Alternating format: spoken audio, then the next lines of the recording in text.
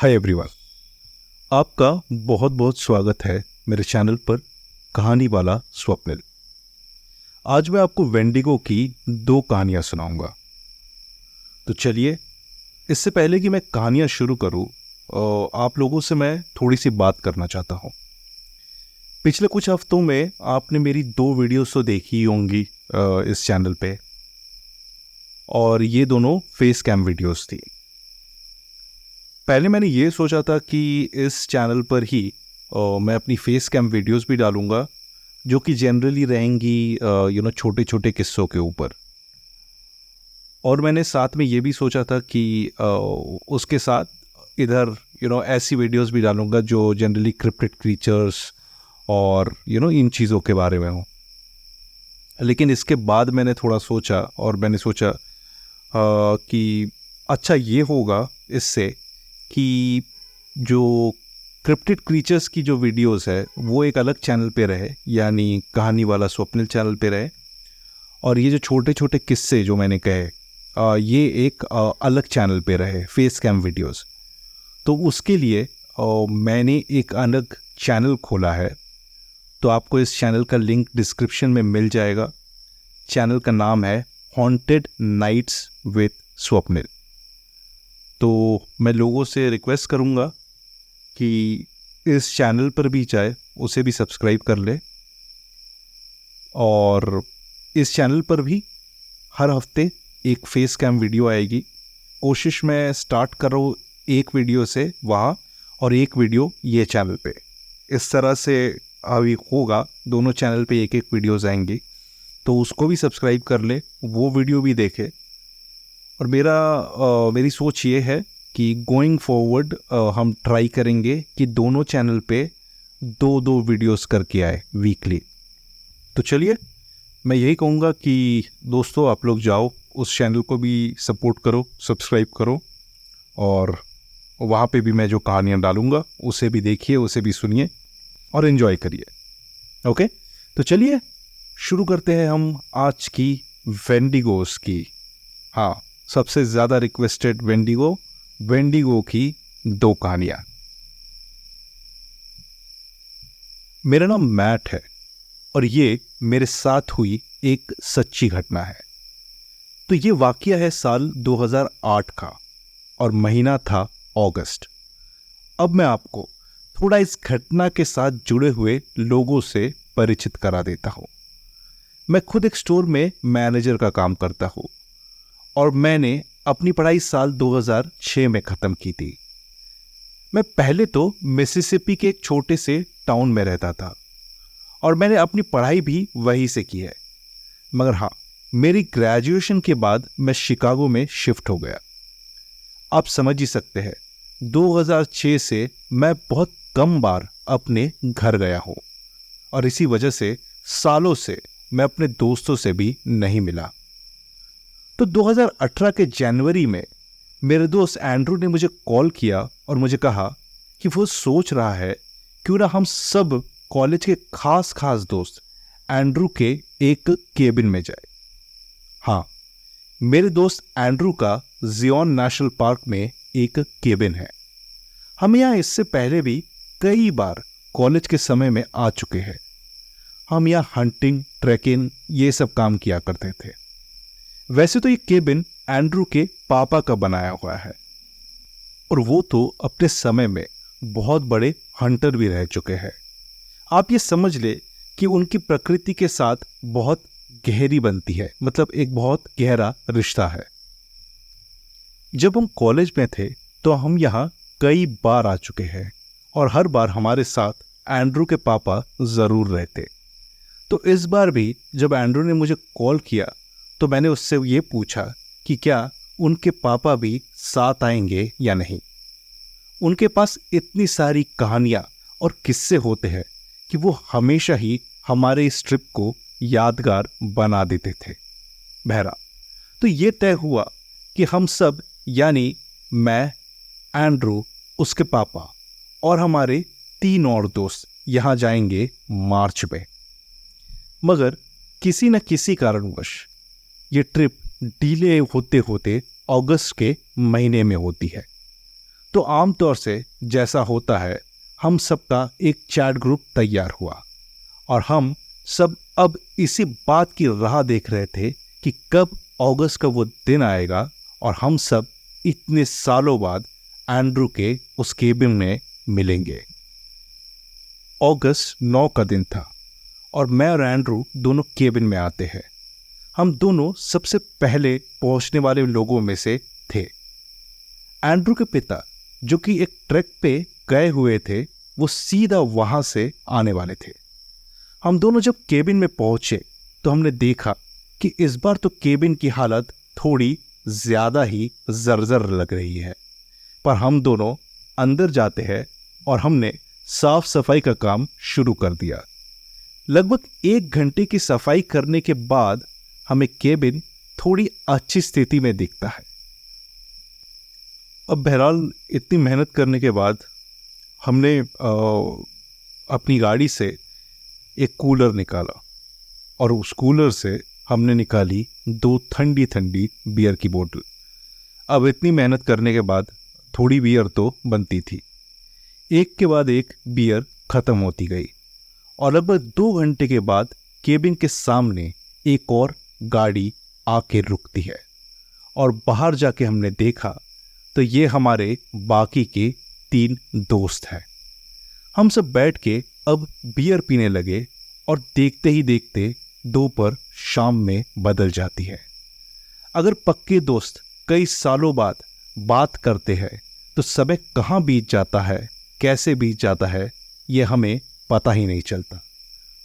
हमें तो अंधेरे होने की बात पता तब चली जब एंड्रू एक सिगरेट पीने के लिए केबिन के बाहर गया तो वो चिल्ला उठा, ओह शिट गाइस, शाम हो गई है, चलो यार कुछ डिनर की तैयारी की जाए। हम सब तभी के तभी अपनी बोतल छोड़ के खाना बनाने के लिए जुट जाते हैं। जल्दी से हमने खाना बनाया और प्लान ये था, क्योंकि कल सुबह हमें जल्दी निकलना था एक नई ट्रेल पे, तो हम आज खाना खा के जल्दी ही सो जाएंगे। मैंने जब खाना खाते हुए एंड्रू से पूछा कि उसके पापा कहाँ हैं, तो वो कहता है कि उसके पापा सुबह लगभग 1 या 2 बजे पहुंचेंगे और उनको पता है कि कैबिन के एक स्पेयर चाबी कहाँ रखी हुई है। तो मैंने भी एक राहत की सांस ली कि ऐसा नहीं है कि हमें उनके लिए वेट करना पड़ेगा। खाना खा के थोड़ी देर में हम सब सो गए। मेरे रूम में मैं और मेरा एक दोस्त था। हम दोनों की नींद अचानक खुलती है, एक बहुत ही बड़ी चीख के साथ, और हम सब दोस्त कमरे से भागते हुए किचन में पहुंचे। मैंने वहां देखा कि एंड्रू और उसके पिता वहां पहले से ही मौजूद है और वो दोनों बहुत ज्यादा डरे हुए लग रहे थे। मैंने उन दोनों से पूछा कि क्या हुआ है, मगर वो इतने ज्यादा डरे हुए हैं कि बस किचन की खिड़की से बाहर की तरफ देख रहे थे। तभी हमें ऊपर से एक जोर की आवाज आती है। यह आवाज ऐसी थी कि जैसे कोई बहुत बड़ा जानवर केबिन की छत पे कूद के आया हो। यह आवाज सुन के मेरे तो होश पूरी तरह उड़ जाते हैं। हम सब ने हैरान होके एक दूसरे को देखा और तभी हमें एक जोर की आवाज आती है। यह आवाज ऐसी थी जैसे कि कोई छत से नीचे ठीक केबिन के दरवाजे के सामने कूदा हो, और तभी हमें सुनाई देती है एक चीख, एक ऐसी दिल दहला देने वाली चीख जैसे मैंने कभी भी नहीं सुनी थी। एंड्रू के पिता ने हमें इशारे से नीचे बैठने के लिए कहा और उन्होंने केबिन के अंदर की सारी लाइट्स बुझा दी। उसके पापा ने हमें इशारे से समझाया कि हम कोई भी आवाज ना निकाले और एकदम स्थिर होके बैठे रहे। हमें सुनाई दे रहा था कि ये चीज इस पूरे केबिन के लगभग 1 या 2 चक्कर मारती है और फिर हमें इसके कदमों की आहट केबिन से दूर जाते हुए सुनाई दी। जब इस वाकये को लगभग 10 मिनट हो गए तो मेरा एक दोस्त नेथन अचानक उठता है और उसने कहा कि वो बाहर जाके देखना चाहता है कि ये चीज क्या है।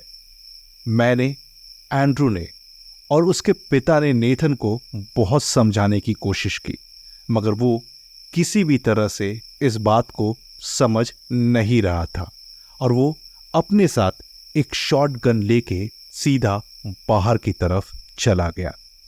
मैंने सोचा कि क्यों ना हम भी उसके पीछे जाए, मगर एंड्रू के पिता ने इशारे से मुझे बिल्कुल उसके पीछे जाने से मना कर दिया। अगले आधे घंटे तक हमें बाहर से कोई भी हलचल या कुछ भी सुनाई नहीं देता है, मगर अचानक तभी हमें 2 बार गोली चलने की आवाज आती है और हमारे दरवाजे पे जोर से दस्तक होती है। मैं समझ गया कि यह हो ना हो नेथन ही है और तुरंत मैंने जाके दरवाजा खोला। नेथन हाफते हुए घर के अंदर आता है और उसने तुरंत दरवाजे को बंद किया और बोला, बंद करो, बंद करो, सारी लाइट्स बंद करो। ये कहते हुए सारी लाइट्स बंद की और नीचे सोफे के पीछे जाके वो छुप जाता है। एंड्रू ने जब उसे पूछा कि क्या हुआ है तो वो बहुत ज्यादा डरा हुआ था और उसने बोला, वो क्या है पता नहीं, उसकी सींग है, बड़ा सा है, सफेद रंग का, बहुत बहुत बड़ा सा है, वो मार देगा सबको, सबको मार देगा वो। नेथन बार बार बस यही बात बोले जा रहा था और उसे शांत करने के लिए एंड्रू के पिता ने नेथन को एक बियर दी और बोले कि इसे पीते रहे और वो थोड़ा शांत रहे। पूरी रात भर और कुछ भी वैसा नहीं हुआ, मगर हम में से कोई भी रात भर सो नहीं सका। हमने बहुत बियर पिला के नेथन को तो सुला दिया और बाकी सभी रात भर जगे रहते हैं। सुबह जैसे ही हुई हम सब सीधा यहाँ से निकल गए और सीधा शहर चले जाते हैं। हम लगभग 7 या 8 घंटे गाड़ी चलाने के बाद एक जगह पे लंच के लिए रुके। तब एंड्रू के पिता ने हमें बताया कि उन्होंने यहाँ के कई लोगों से सुना है कि इस जंगल में पिछले कई सालों से एक वेंडिगो का आतंक है, मगर उन्हें इस बात पे कभी भी भरोसा नहीं हुआ। पर आज जब इस चीज का विवरण उन्होंने नेथन से सुना, तब जाके उन्हें ऐसा लगा कि शायद वो लोग सच ही बोल रहे हैं।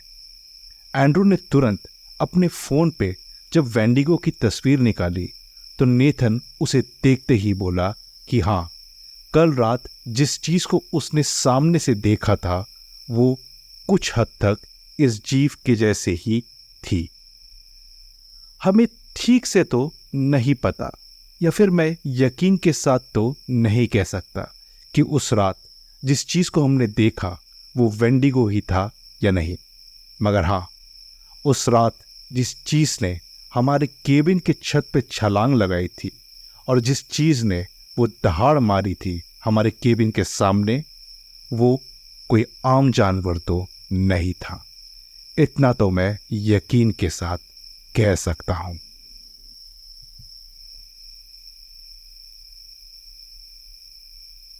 आइए सुनते हैं आज की दूसरी कहानी।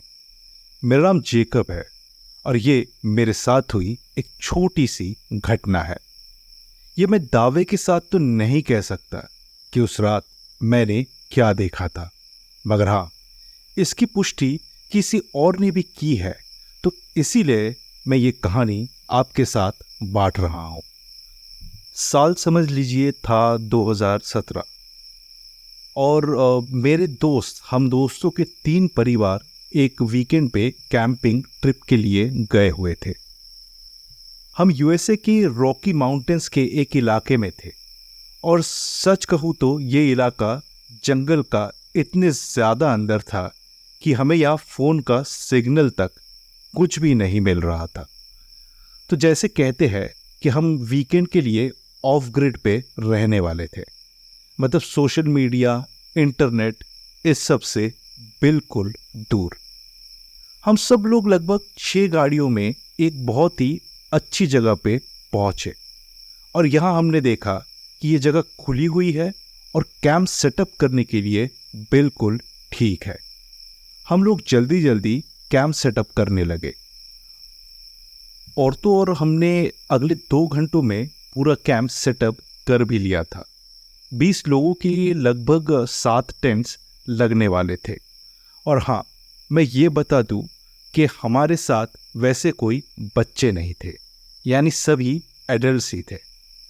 शाम शुरू होती है, हमने कैंप फायर जलाई और अपने साथ लाई हुई फिश और चिकन को हम आग में रोस्ट करने लगे। साथ ही साथ आगे कई घंटों तक कहानियां और बहुत सारी बियर चलती है। आखिरकार जब थक हार के अपने अपने टेंट में वापस लोग सब जाने लगे।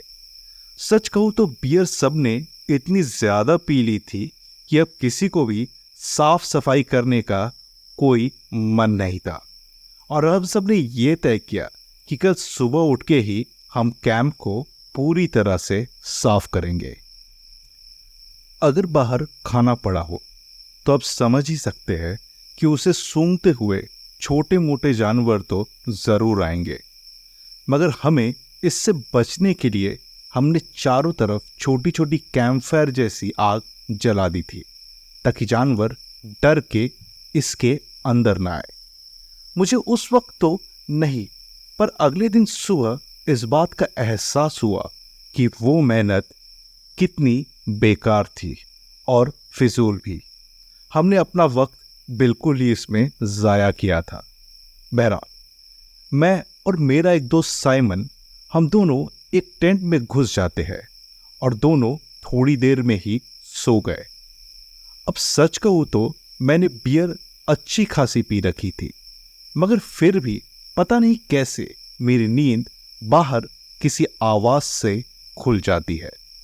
मैंने तभी साइमन को भी धीरे से जगाया और कहा कि बाहर कुछ तो है। हमें किसी के चलने की आवाज जैसे आ रही थी और जोर जोर से सांस लेने की भी आवाज आ रही थी। मतलब मैं आपको कैसे बताऊं, ये मुझे साफ साफ सुनाई दे रहा था कि बाहर कोई ना कोई तो चल रहा है और सांसें ले रहा है। अपनी आंखें मलते हुए साइमन उठा और जब लगभग आधे मिनट बाद उसने भी इस चीज को समझा तो वो मुझे कहता है कि मैं बाहर लाइट मार के देखता हूं कि ये चीज क्या है। पता नहीं मेरा ये करना ठीक था या नहीं, मगर मैंने तुरंत अपनी टॉर्च निकाली और बाहर की तरफ रोशनी की। मैं सच कहूं तो मेरे सामने जो चीज मुझे दिखी, लगभग 10 सेकंड के लिए दिखी, उन 10 सेकंड्स ने मेरी जिंदगी पे इतना बड़ा घाव किया कि मैं आपको बता भी नहीं सकता। मैंने जैसे ही बाहर रोशनी की, मुझे सामने कुछ खड़ा हुआ दिखाई देता है।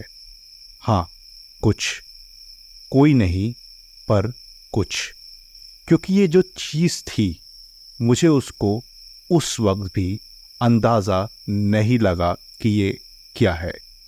ये चीज कुछ नहीं तो लगभग 10 फीट की तो होगी ही, और इसका चेहरा बिल्कुल किसी हिरन या कुत्ते जैसा था और इसके चेहरे पे मांस बहुत ही कम था और एकदम जैसे मांस इसके चेहरे से गल रहा हो।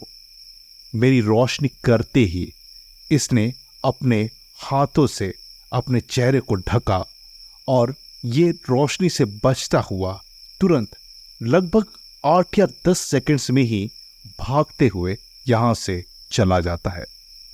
इसे देखते ही मेरे मुंह से एक जोर की चीख निकल आती है और मेरी चीख सुन के बाकी के सभी टेंट्स से लोग बाहर आ जाते हैं।